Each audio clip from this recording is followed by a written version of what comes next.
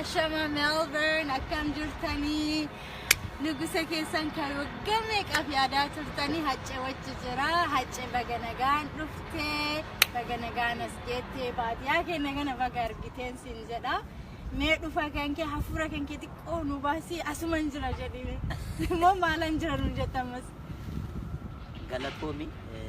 galatooma atis ummanni Austraaliyaa Melbourne jiru baganagaan eegdanii baadiyyaalleen fakkaatu gaa baadiyyaan keessan kana fakkaata taanaani isa keenya maal jenna isa magaalaan keessa jiraatu san biyya fooqee akka keessanii qabnu jedheeti inni dheerataadha akka keessanii sun inni dheerataadha in fakkaata waan jedhu sin caalu na fakkaata baay'ee bareeda qilleensi isaas baay'ee bareeda dhufee asuman jiran achi amma Melbourne jirta biyya baay'ee deemtee jirta mootiyyuu urga ala baatee waggaa lama sadii na fakkaate Ameerikaa deemte jalqaba Hakao Handisa duba maaliif hagana nurraa turte namni Austraaliyaa xiqqoo sinnifatee jira maaliif nurraa turte komii qabna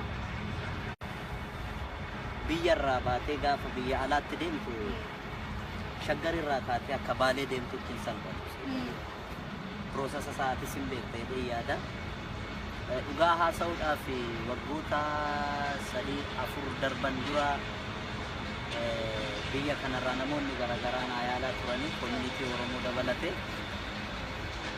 haa ta'u garuu waraqaan Ameerikaarraa na ergame akka carraa ta'e waan milkaa'eef karaa Ameerikaan deeme Ameerikaarraa Awurooppaa kana jechaatuma xinnoo shigaa qabata kanaanan sinirraa ture malee Oromoon keenya Austraaliyaa miti yoo Maarsiirrayyuu jiraate an deemuudhaaf qophiidha inuman deema jechuudha. Taate dubbeen haadhiqoonni nullee rifannee nu irraanfatanii nuti fagoo jirra jenneeti hacee fardaan dhuftee maalumaan dhufte biyya kana akkatti fagaattu argite farda warra kennaa daamaa yaabbattee moo bullee yaabbattee dhufte farda dhiisiiti sibiila faranjii walitti suphiteeyyuu biyya kana baay'ee fagoo fagoodha hagam bulte karaa samiirra bulte moo lafarra samiirra bulee ka baay'ee fagoodha fardaan illee waa yaalamu miti ati qoosumaaf jette xiyyaaraan an dhufe ka faranjiin ooltee bultu gaane otoo ishiin jiraachuu baate duuba akkasitti biyya meeqa samiirra bultee dhufteeti akkamitti simatan marqasii fidanii micciirraa maal faansi simate warri Melbourne tunme baay'ee bareeda ture halkaniin as galee achi akka lakkoofsa biyyaatti guyyaa gara sa'aatii 9 walakkaanan achi ka'e Dubai transitiin qaba ture naannoo sa'aatii 5 ture Dubai irraa sa'aatii 13 deeme jechuudha takko hagana biyyarra fagaatee deemte Ameerikaadhaan hin fagoo deeme akka kana fagaatu akka kana fagaatu gaasa'u hin fagaatu ergaas dhufee bilisummaan teennallee fagaatu jedha yaada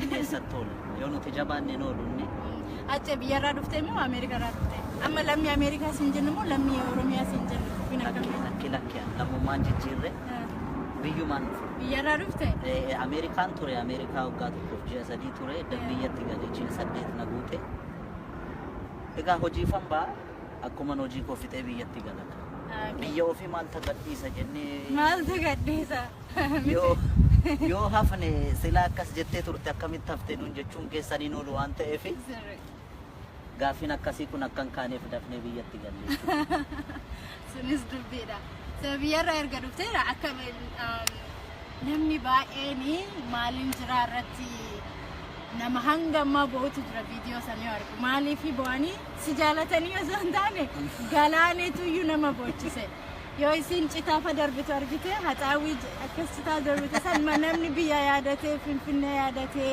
biyyarraa akkatti bahee jiruun isaanii akkatti jijjiiramte Oromiyaan akkatti jijjiiramte gaafa duriirraa shaggar akka durii san hin jirtu waan baay'eetu jijjiirame duuba galoo fidee dhufe moo adda dhufe galaaneen biyya jirti moo garama jabaatee adda isaa dhufe moo isii fidee dhufe jedhee namni baay'een gaafatetti jira ati garuu gaaffii uummataa bakka buutee ofii keetiif gaafattamoo si jaalatanii miti jechuudha maaliif na si jaalatanii jechuun irrifatanii qosaafan jedhee Oromiffaa irraanfate afaan Oromoo irraanfate rakkoon qabu. ani asitti dhaladhee yeroo takka jalaan Akkasiiti bareeda.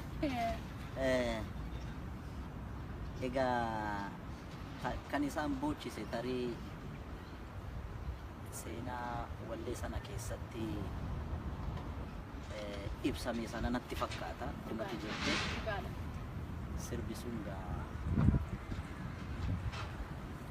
sirbi sun sana jedha kana jedha jedhee uummataa fiiguu fi uummata beekumsa uummata kootinneessuu natti ta'a. Sirbi. Galeeraa fi waan galeefis bu'aa natti fakkaata. Garuu walumaa galatti feedbackiin isaa baay'ee bareeda ture. Waan gaarii ture galaanee fideen Maal manni akkamsiin jala si fakkaata? abbaan entertainmentii roobalee galaanee faana invite nan goone waan ta'eef dubbii garas garagalchuu jirtaa? yeroo fi qophaan dhufee akkasika. Achi sirbitoonni baay'een kasii wajjibaan kan akka Abbush fa'aa Nigusuu Shukriin fa'aallee ala jiranii amma baay'een isaanii gariin alatti hafanii gariin biyya deemanii jiranii. Ati garuu carraa kan argattee as dhufuun waan guddaan boonsaa akkasumas warra si fidellee roobala entertainment illee namoota kaawwan illee uummanni Austraaliyaa illee baay'een isaanii irraa gammadanii jiranii. Ati nu bira dhufuun kan kee xiqqoo hamilee guddaa tokko nutti horata. Maaliif wal arguu ni dandeenya jenna namoonni baay'een mucaa kana yoo marginaa hafuura biyyaa sana yoo marginaa jedhanii akka malee abdii guddaan si eegu jiru. Mootii ati biyya baay'ee deemtee jirta Awurooppaa illee deemtee Ameerikaas akkasuma deemtee jirta. Amma immoo as dhuftee simannaa adda addaatu jira biyya kanneen cufaa yoo irra deemtee jirta. Austraaliyaa irraa guyyaa sanbata xiqqaa qadaamee dhufu kana maal eegda? Akkamiin simata jettee eegda? Waan abdattu jira? Jalqaba isa osoo hin ta'in yeroo jalqabaaf kan xiyyaaraan artistoonni Oromoo Ameerikaa deeman yeroo jalqabaaf kabajaan jechuudha. Waan uummata Oromoo irra jirurraan kan ka'e artistoonni keenya qaqqaaliin kan nuuf riqicha nuu ta'an hedduun roorroof jecha biyya abbaa isaanii keessa jiraachuu hin dandeenye. Kallattii garaagaraatiin dirqamanii biyyarraa bahanii biyya hambaatti jiraatu. Maqaadhaanii hin danda'amu hedduudhaatu hin beekta. Isaantu nu qare wareegama isaan kaffalan wareegamni kan lubbuudhaan kaffale jira uummata isaatiif jedhee kan biyyoo ta'e jira kan biyyaa bahee jira. Waggaa dheeraadhaaf biyya isaanirraa godaananii biyya hambaatti jiraatan jiru. Egaa waan isaan godhaniin agartee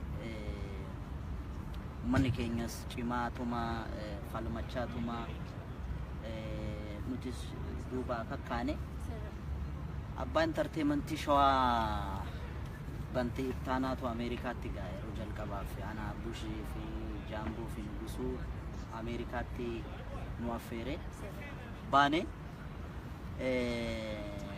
amman beekutti Abbush Zallaqaa anaa fi Jaamboon biyyatti deebineera. Nugusuunis hin deebi'a jedhee yaada garuu amma yoona Ameerikaa jira. Artistoota keenya biyya alaatti baasuudhaaf wanti inni barbaachisu waraqaa artistiidhaaf ergamu jira. Ameerikaatti godheera. Awurooppaatti immoo obbolaa lamaantu jira. Bosonee Caalchisaa Waamii fi Eebbisee Caalchisaa Waamii jedhamu. Isaan immoo Ameerikaa irraa invite nu godhanii Awurooppaatti akka tuurii goonu ana Abbushii fi Jaamboo affeeranii waraqaa artistiidhaaf erganii jechuudha. Ijoolleen sun Shukurii fi Yaaniit illee biyyarraa Awurooppaatti fidaniiru. Inni sadaffaan abbaa entertainmentii Roobalee obbo Tasfaayee Dhimmaa waggoota 12 duran isa beeka daa'ima ta'e. Isa moositu daa'ima. Biyyannaa jiru nan yaadadha. Roobalee Band kan jedhu tokko isatu abbaa Roobalee Bandiiti. Amborratti gaannananii xinnoo ishii sirboota kana yayyaalu. Amma Hoolaandi jiraata. Geetaachoo Margaa jedhama yookaan Bakkaangaa Margaa jedhama. Innis roorroodhumaan biyyaa bahee karaa isaatii fi karaa simee tufaatiin salaaleetti naaf fere jechuudha amboorraa salaale yeroo jalqabaa kana Amboo Salaale hagam fagaatan? gara kiiloomeetira 200 akkasin ta'a gaanaaf jalqaba waan ta'eef rafeeyyuun bulle guyyaa lama Mana baate gaa. waggaa dheeraan booda gaa amma tasfaa'ee dhimmaan abbaan baandii roobalee yeroo biyya jiru amma abbaa intarteementii roobalee intarteementiidhaan eeyyama baafadheera isin fidanaan jedhe hayyen jedhanii waan baay'ee na dhibe keessa ji'a tokkoo fi guyyaa meeqa keessatti approovii ta'eera warra parmitiin keenan jennaan sarpiraayiziin ta'e naayis jedhe maaliifi artistiin Oromoo kan jalqabaas kan dhumaas nuu qofaa miti agartee artistoonni keenya biyya keessa jijjiru ijoolleen qaqqaalii nama babbahaa jiran kuni maqaa dha'ee siifuu hin danda'u Guyyuu uummata ijoollee jajjaboodha isaaniif as ta'anii achitti gadduurra akkaataa isaan gadi ba'anii akkuma warra sirbanii biyyatti deebi'an sana ijoolleen keenyas biyyarraa dhufanii addunyaarra maal ijoolluma keenyaa mi kan biyyattii sana boonsu agartaa mi atleetonni keenya addunyaarra naanna'anii uummata bulchu jira biyyattiin. jabaa giddii jaalatu jedha Oromooni. Kanaafuu promooteriin kan akka Tasfaayee Dhimmaa Shawaa Bantii Taanaa akka ijoollee caalchisaa waamii kuni nuu baay'achuu qabu. Yoo isaan jiraatanidha nutillee gadi baanee uummata keenyas uummanni nu jaalatus kan nu arguu dandeenyu waan ta'eef gamanumaan abbaan intarteementii roobalee kana booda artistoota natti fakkaata kan jalqabaa natti fakkaata biyyarraa kanan dhufe North America fi Awurooppaa irraa inni dhufu artistoonni keenya artistoota biyya jiranillee intarteementii roobalee anammoo baga gammaddarre isinii dhufe. Of course gammanne maal waan nuti itti jiru numatu beeka. Namni baay'een ni bahaa jettee mee maal nurraa eegga? Moo keessumaa waan namarraa eeggamu jedhu? Wanti isinirraa eegamu namoota keenya intarteementii akkasii eeyyama mootummaarraa baafatanii ijoollee keenya warra artii keessa jirtu affeeran kana cinaa dhaabbachuudha jajjabeessuudha wanti kun salphaa miti gareen iskoolaaridhaan kan dhufuu danda'a waa baay'ee chaalenjii baay'eetu akkuma isin jedhe Finfinnee irraa Baalee yookaan Finfinnee kanaafuu addunyaa mararra Awustiraaliyaa yookaan Ameerikaa jiran marri eeyyama intarteementii artistoota biyyaa ittiin fiduu danda'an kana agartee work permit jedhama isa baafatanii ijoollee keenya affeeruudhaan bukkee dhaabbachuun dirqama jedheetii yaada. Inni kun wareegama lubbuun barbaadu baay'ee salphaadha. Ilmaan Oromoo xinnaa amma guddaatti mirga isaaniif jecha wareegama barbaachisu. Addunyaa kanarratti wareegamni inni dhumaan lubbuu fi dabarsanii kennuudhaan mire. Uummanni keenya yeroo mirga isaatiif jecha biyya isaatiif jecha lubbuu bakka bu'aan qabnu yeroo dabarsee kennutti isin immoo wal bukkee dhaabbachuun bakka duuti hin jirretti bakka aan hin jirretti waan amma kana ulfaatu natti hin fakkaatu waliin ta'anii wal jabeessanii saba ofiis jabeessuu dirqamatu jedhee yaada hingootu jedhee si yaada. Galatamacee warri Melbourne dhugamaa kun Haacaaluunas jira sanbata guddaa qadaamii namu akka qophaa'ee jedhu kunoo dhaamsallee argattanii waa baay'een nu dhufee jira galaanii qofaan bise malee akka qopheessitanii suma kanatiyyuu kunoo isin bashannansiisuu deema akkuma inni jedhee wal bira dhaabbannee wal jajjabeessuudha wal jajjabeessuun sun immoo inni as dhufuun waan guddaa tokko ammootu nuti akka ummataatti immoo bira dhaabbannee guyyaa sana ho'isnee warra Ameerikaa caaluu qabnaa warra Awurooppaallee caaluu qabnaa jedhee abdadha. Haga sanbata xiqqaatti nagaan jedha. Hajja nagaatiin dha galatama. Ulfaata. Ayyaga galatama.